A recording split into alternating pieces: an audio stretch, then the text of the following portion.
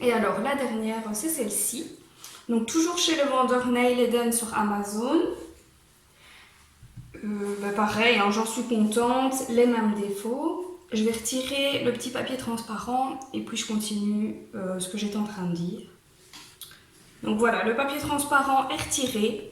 Alors comme vous pouvez voir, je pense à la caméra, est-ce que c'est le fait que j'ai fait l'erreur de le laisser dans le papier noir, donc je l'ai reçu pareil que l'autre, hein, dans un papier noir, ils étaient tous les deux ensemble. Est-ce que c'est le fait que je l'ai laissé là-dedans pendant que je faisais l'autre et donc il est resté peut-être plus longtemps plié, je ne sais pas. Mais celui-ci, je suis vraiment déçue parce qu'il reste plié.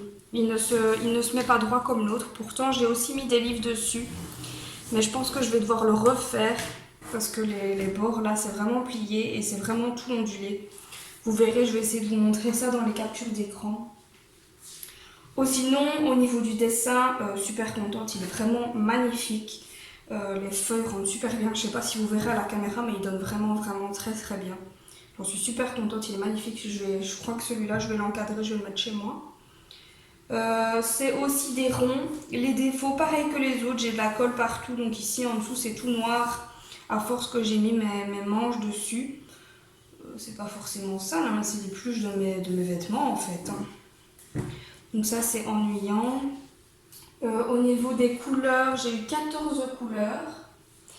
Et alors aussi le fait qu'il soit en large comme ça, je n'ai qu'une seule légende, j'en ai pas une deuxième. J'ai écrit sur un morceau de papier et je l'avais à côté de moi et puis voilà. Sinon, pareil, si on veut jouer sur les détails, c'est pas coupé super droit, quoique c'est déjà un peu plus droit que l'autre. J'ai aussi eu des pertes, hein, des brillants qui n'étaient pas dans les bonnes couleurs, des brillants qui étaient cassés. Mais au final, au rendu, de loin, comme ça ne se voit pas vraiment. J'ai mis certains brillants qui, au lieu d'être bien ronds, en fait avaient un petit bout, je ne sais pas comment dire, on aurait dit un petit Pac-Man. Et en les imbriquant les uns dans les autres, ça donne pas trop mal, ça ne se voit pas trop, parce que j'avais vraiment peur, j'en ai eu vraiment beaucoup des comme ça, et j'avais vraiment peur que si je les mettais pas, j'aurais pas eu assez en fait.